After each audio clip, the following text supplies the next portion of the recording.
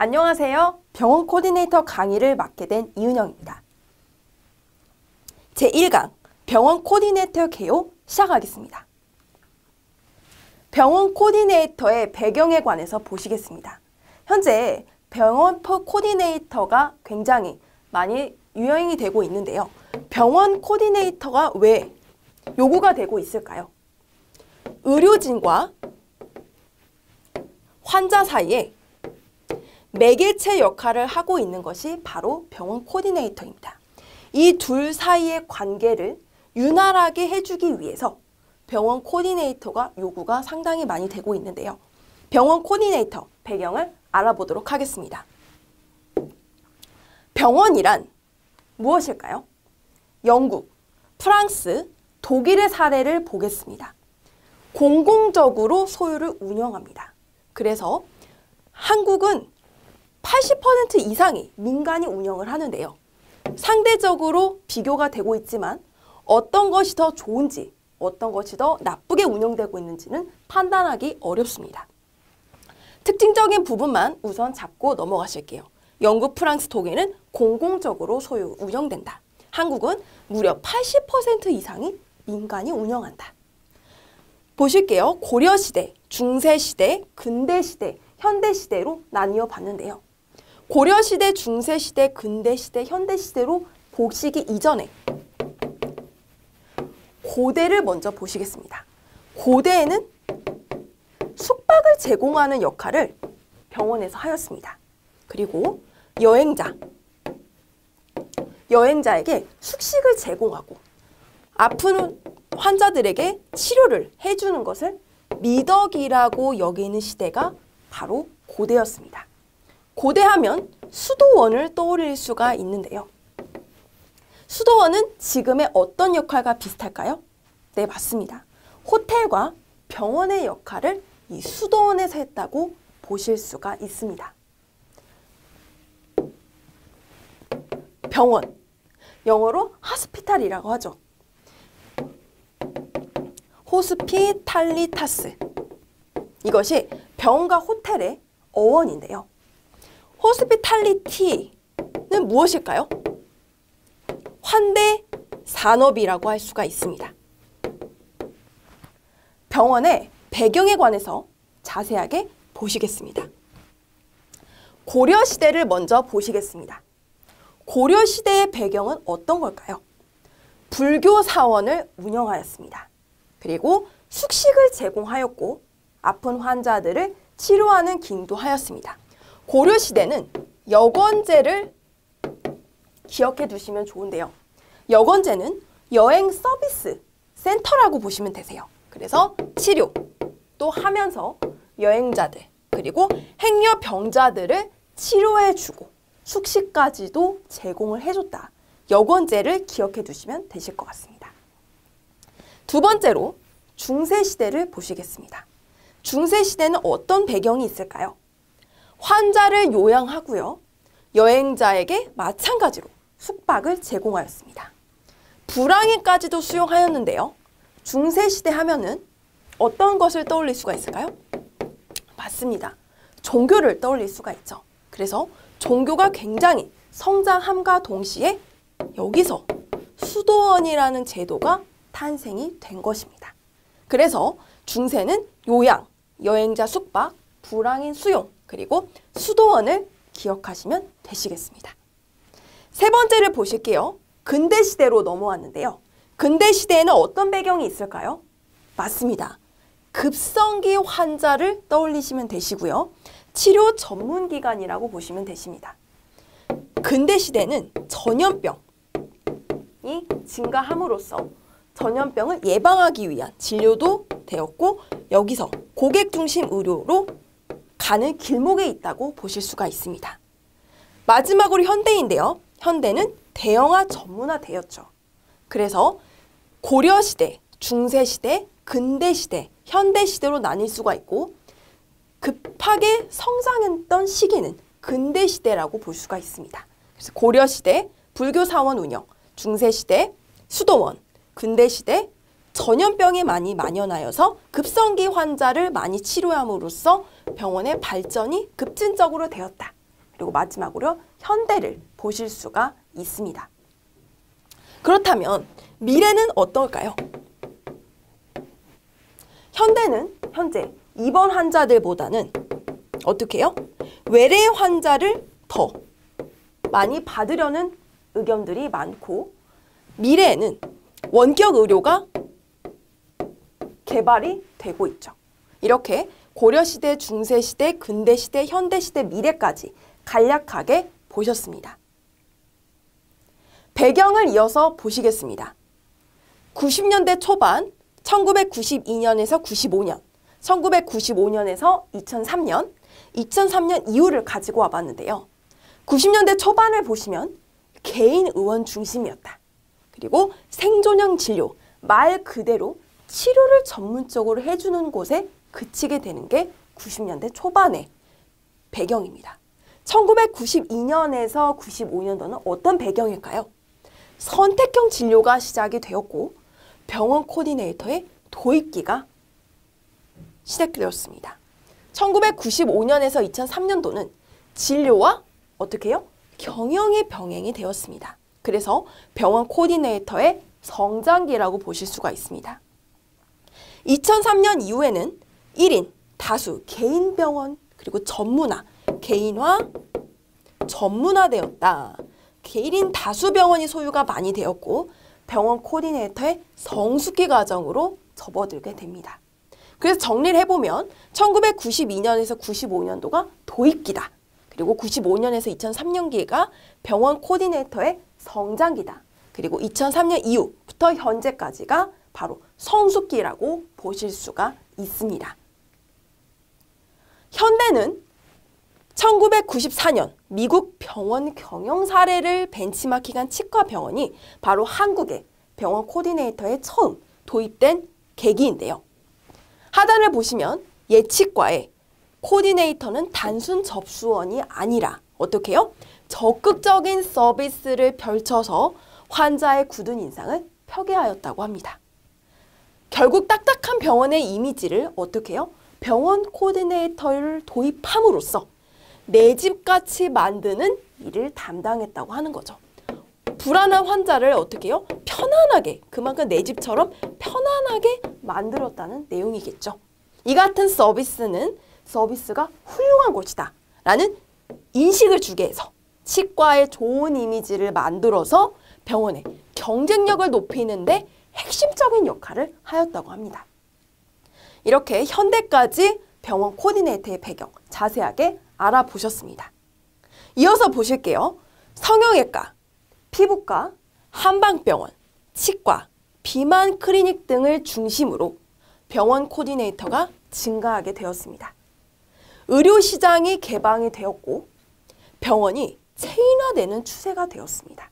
그래서 경쟁이 치열해지면서 고객 중심의 서비스가 확산이 되어서 병원 코디네이터의 필요성은 더욱 증가하게 된 것이죠. 최근 세계적 추세를 보시면 탈병원화, 이제는 병원도 단순히 치료 중심, 진료 중심이 아니라 자연치유라든지 원격, 서비스 등 단순히 병원 치료에서 머물지 않는다는 것이죠. 그리고 두 번째 세계적 추세는 탈제도화입니다. 어떤 제도적인 측면에서 벗어난다는 거죠. 탈병원화와 같은 맥락이라고 보실 수가 있겠습니다. 세 번째는 재원기간의 단축입니다. 같은 말로는 무엇일까요? 네, 맞습니다. 병원 회전율 증가와 같은 말이겠죠. 그래서 미래, 그리고 지금 현재도 어떻게 해요? 입원 환자를 줄이고 외래 환자를 늘린다는 방향으로 가고 있다고 말씀드렸죠. 입원 진료 수요의 감소가 있겠습니다. 현대를 보시면 성형외과, 피부과, 특별히 더욱더 요구되는 학과가 있죠. 한방병원, 치과, 비만 클리닉 등을 중심으로 증가하고 있는 추세고요. 의료시장이 개방되고 체인화되면서 어떻게 해요? 경쟁이 치열해지면서 단순히 치료 중심에서 서비스가 훨씬 더 중요해졌다는 것이겠죠. 이번엔 병원 조직의 구조에 관해서 보시겠습니다. 병원 조직의 구조란 구성 요소와 인력으로 두 가지로 나뉘어서 보실 건데요. 구성 요소를 먼저 보시겠습니다. 구성 요소에는 업무 분화, 권한 배분, 공식화, 구성원 4가지로 나뉠 수가 있는데요. 하나하나씩 보실게요. 업무 분화입니다. 업무 분화는 말 그대로 업무의 할당 정도입니다. 그래서 간호, 의료, 기술 등등 어떤 한 부분에 대해서 전체적으로 주는 것이 아닌 A, B, C, D 이렇게 업무를 나누는 거죠. 권한 배분은 어떤 걸까요? 권한을 배분하는 거죠. 이게 병원 경영의 어떻게 보면 핵심적인 역할일 수도 있습니다. 공식화는요. 업무 표준화 및 구체화 정도입니다. A라는 업무가 있을 때 A-라는 직원과 B-라는 직원이 서로 같은 일을 해야 되겠죠. 그런데 이 A 업무를 서로 A-라는 분은 별처럼 하고 B-라는 직원은 사각형처럼 업무를 한다면 서로 상이한 업무를 통해서 전혀 다른 결과물이 발생할 수가 있겠죠. 그래서 이 부분에 관해서 공식화, 어떻게 보면은 매뉴얼을 만든다라고 표현할 수도 있겠습니다. 업무 표준화, 그리고 구체화를 명확하게 한다라고 보시면 되십니다. 마지막으로 구성원인데요. 구성원을 자세히 보실게요. 진료 인력, 관리 사무 인력, 기술 인력, 기능 인력, 기타 전문 인력 이렇게 5가지로 구분을 할 수가 있는데요. 진료 인력에는 여러분들이 아시는 의사, 간호사, 조산사, 약사, 의무 기록 기사, 그리고 영양사 등등이 있을 수 있습니다. 조산사가 있는데 조산사는 최근에 출산율 저하로 인해서 많이 감소하고 있는 추세입니다. 그리고 관리 사무 인력, 약간 낯서실 수도 있는데 1선 지원 인력과 2선 지원으로 2가지로 나뉠 수 있습니다. 1선 지원 인력, 2선 지원 인력 2가지로 나뉠 수 있는데 관리 사무 인력뿐만 아니라 기술, 기능, 기타 전문 인력이 어떻게 보면 병원 조직의 구조에서 낯설게 느껴지실 수가 있는데요. 진료 인력은 진료 인력이지만 나머지 부분이 여러분들이 병원 코디네이터로 근무하시게 되신다면 굉장히 핵심적인 역할들을 많이 하고 계신다는 것을 알 수가 있습니다. 관리 사무 인력 보셨고요. 기능 인력, 기계, 전기 등을 다루는 인력입니다. 기능 인력, 청소, 세척, 운전, 조리 등을 하는 인력이고 기타 전문 인력으로는 임상심리학자, 그리고 의료공학자 등이 있습니다. 이렇게 구성 요소와 인력에 관해서 보셨습니다. 다시 강조를 드리면요. 구성 요소, 업무 분화는 말 그대로 할당 정도이다. 2번째, 권한 배분.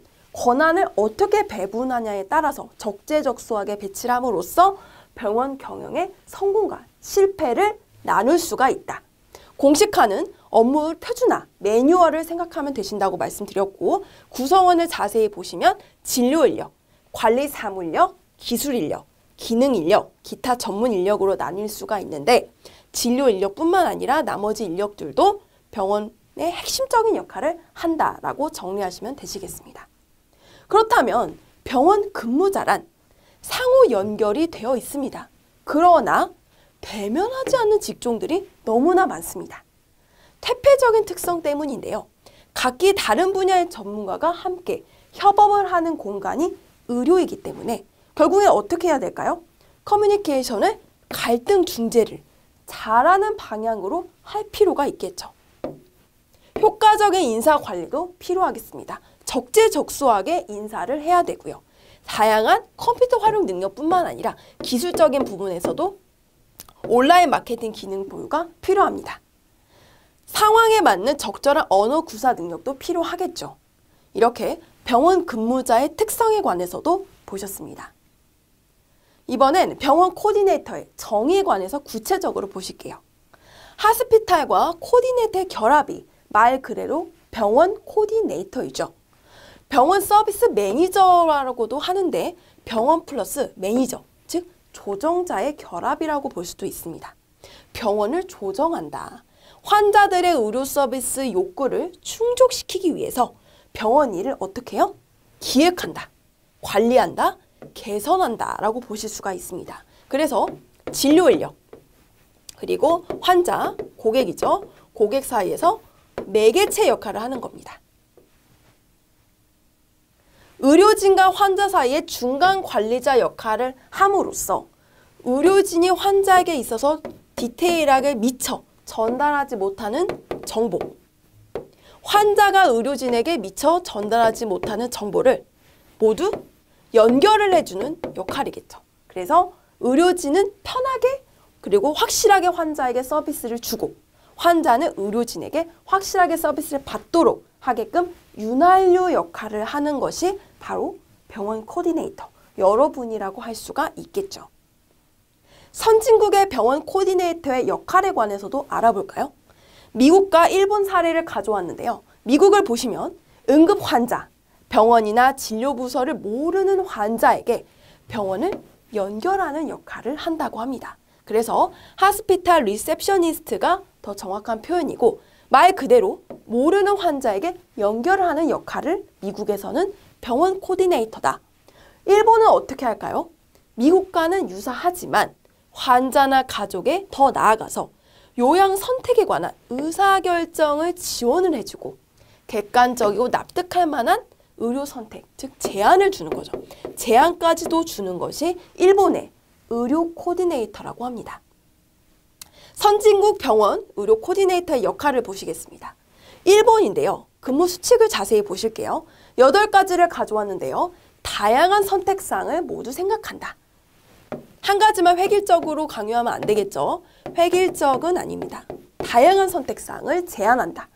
충분히 선택을 하도록 제안을 준 후에 환자를 위해서 무엇인가 도움이 되고 싶다는 어떻게 해요? 당연히 마인드, 자세가 필요하겠죠. 환자 주고받는 적극성이랑도 같은 말일 수도 있겠습니다. 환자 주고받는 상담 내용은 프라이버시이기 때문에 발설하지 않습니다. 가장 중요한 목표는 환자의 납득과 이해, 그리고 치료 부분의 의사의 일이겠죠. 그래서 가장 중요한 목표는 환자를 납득시키고 이해하는 것이다. 치료나 진료적인 부분은 의사나 그 위에 기타의 몫이겠죠. 5번째는 의료의 선입견을 버려서 본연의 모습으로 되돌아오고 무엇이 가능할까를 생각하는 것입니다. 6번째, 공익 영역이다. 병원 코디네이터는 공익 영역이고 의사 외 진료 인력에 있어서는 병원은 어때요? 이익 영역이죠. 그래서 병원 코디네이터는 공익 영역과 이익 영역 사이에서 어떤 걸 가져야 될까요? 네, 맞습니다. 중립성을 가져야 됩니다. 중립성 중요하겠죠? 환자의 이야기에 귀를 기울여야 합니다. Only one story from the patient. 환자의 이야기에 경청을 해야 되겠습니다. 환자의 말 그대로 받아들이는 자세도 중요하겠죠. 같은 말로 뭘까요? 선입견을 없이 경청을 해야 된다는 말이겠죠. 단편적이고 폭넓은 환자 정보를 얻기 위해서 노력을 해야 되겠습니다. 일본 병원 코디네이터의 근무 수칙, 다양한 선택사항을 모두 생각한다. 그리고 도움이 되고 싶다는 마인드가 필요하다. 환자의 납득과 이해, 그리고 치료 부분은 의사의 일이고 환자의 납득과 이해가 중요하다. 선입견을 버려서 환자의 말을 그대로 받아들이고 귀를 기울이고 정보를 얻기 위해 노력한다. 병원 코디네이터는 중립성을 가지는 것이 중요하다. 공익 영역과 그리고 의료진의 사적인 이익 영역의 중간 자리에 있기 때문에 중립성을 가지는 것이 중요하다고 볼 수 있겠습니다. 그렇다면 병원 코디네이터는 왜 필요할까요? 자세히 보실게요. 대부분의 환자들은 병원 자체를 불편해합니다. 편안하게 마음을 가지시는 분들이 굉장히 적겠죠. 그렇기 때문에 병원 코디네이터인 여러분들은 환자분들이 편안한 마음을 가지고 진료를 볼 수 있도록 윤활유 역할을 하셔야 되고요. 직원들 간에 어떤 거요? 갈등을 해소시켜야 합니다. 앞전에 말씀드렸죠. 서로 다른 인력들이 모두 같이 협력을 하는 것이 병원입니다. 그렇기 때문에 갈등 없는 커뮤니케이션이 중요하고 이를 통해서 낮은 병원의 이직률, 더 나아가서 병원 경영 측면에서도 높은 효과를 가져올 수 있겠죠. 3번째로 환자들은 검사 뿐만 아니라 시술이나 수술 왜 받는지를 충분한 설명을 받지 못하는 경우가 많다고 합니다. 예를 들어서 혈당 체크라든지 스킨 테스트라든지 이외에 다양한 검사들을 환자분들은 불충분한 정보를 설명을 받고 검사를 진행받았다고 합니다. 이 부분뿐만 아니라 전문적인 알아듣기 어려운 의학 용어를 통해서 환자분들이 충분한 설명을 받지 못했을 때 병원 코디네이터인 여러분들이 중간다리 역할을 정확하게 해서 정확하게 설명과 그 충분한 설명에 관한 내용들을 말씀을 드려야 되겠죠. 이렇게 디테일하게 말씀을 드릴수록 여러분들은 라포 형성이 긍정적으로 되어서 어떻게 해요? 환자분들이 순환이라면 재구매, 재방문 욕구까지 증가시킬 수 있을 것입니다. 네 번째, 소개 환자의 비율이 증가하겠죠. 구전 효과 기억나시나요? 구전 효과를 통해서 입구자죠. 환자분이 이 병원에 A 병원에 만족을 했다고 가정을 하겠습니다. 만족을 했을 때 이 병원이 너무 좋아 라고 소문을 퍼뜨리겠죠. 이게 말 그대로 입소문이죠. 최근에는 온라인이 많이 활성화되어서 어떻게 해요? SNS에 많이 올리죠. 그래서 입소문을 통해서 이 병원 너무 좋다라고 홍보를 하게 되면 어떻게 될까요? 소개 환자의 비율이 증가함으로써 더 큰 효과가 벌어질 수도 있겠죠. 병원 코디네이터의 필요성 보셨습니다. 대부분의 환자들은 병원 자체를 불편해하기 때문에 편안하게 마음을 드려야 된다. 낮은 병원 이중률을 하기 위해서는 커뮤니케이션, 갈등 없는 의사소통이 중요하다. 그리고 환자들은 검사를 왜 받는지 충분한 설명이 필요하겠습니다. 병원 코디네이터의 필요성 이어서 보시겠습니다. 병원 홍보, 마케팅 참여로 어떻게 해요? 경영에 도움을 줄 수가 있습니다. 더 나아가서 진료 서비스에 대한 높은 만족도까지 줄 수가 있겠죠. 2020년 상반기에 서울대학병원 외래 진료 현황을 가져와 봤습니다. 보시면요. 순환기 내과, 소화기 내과, 비뇨의학과, 내분비대사내과, 혈액종양내과를 보시면요. 환자당 진료 시간을 보실게요. 3.5분, 3.68분, 3.69분, 3.72분, 3.77분으로 조사가 되었습니다. 상대적으로 보실게요. 하단을 보시면 가정의학과, 알레르기 내과, 마취통증의학과, 감염내과, 핵의학과의 환자당 진료 시간은 7.13분, 7.27분, 7.89분, 8.18분, 10.36분으로 상대적으로 길었습니다. 하지만 전체적인 통계를 보면 4.61분만에 불과하다는 내용입니다. 이렇게 환자가 느끼는 진료 시간, 그리고 의료진, 그리고 기업 측면, 병원에서 느끼는 환자당 진료 시간의 어떤 서비스의 만족도적인 측면에서는 상이하다는 결과가 나왔습니다. 환자들은 어떤 부서를 가야 할지 정확하게 알지 못하죠. 그래서 일본이나 미국에서는 이것을 안내하는 역할이 바로 병원 코디네이터라고 말씀을 드렸습니다. 환자들은 푸대접을 받는 느낌도 받는다고 합니다.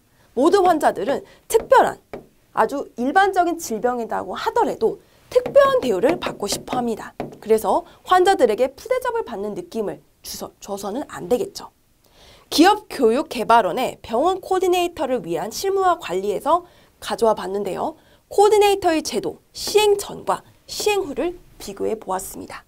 시행 전에는 진료 약속의 이행률이 60%로 조사가 되었는데 시행 후에는 어떻게 됐을까요?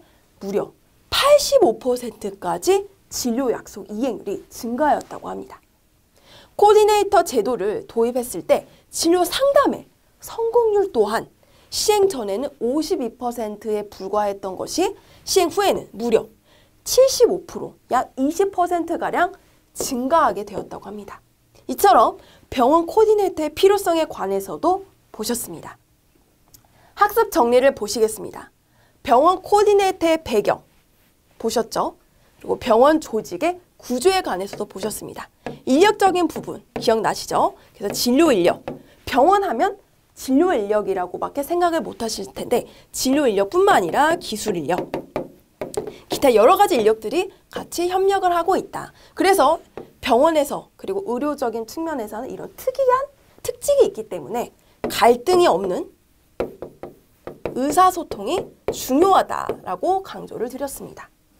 병원 코디네이터의 정의, 진료하는 진료 인력과 그리고 고객, 환자 사이에 어떤 거요? 중간 관리자다. 같은 말로 매개체 역할을 한다. 그래서 진료 인력은 정확한 서비스를 고객에게 하고 고객은 만족스러운 서비스를 받도록 하는 중간다리 역할을 한다. 그리고 선진국의 병원 코디네이터 역할, 일본, 미국 사례를 보셨고요. 병원 코디네이터의 필요성에 관해서도 보셨습니다. 선진국 병원에서는 미국, 일본 모두 보셨죠? 미국에서는 모르는 진료과를 서비스를 통해서 정확하게 안내해드리는 역할을 하는데 일본에서는 더 나아가서 제안까지도 제시를 하는 역할을 하였죠. 이번 시간의 내용은 여기까지입니다. 다음 강의에서 뵙겠습니다. 감사합니다.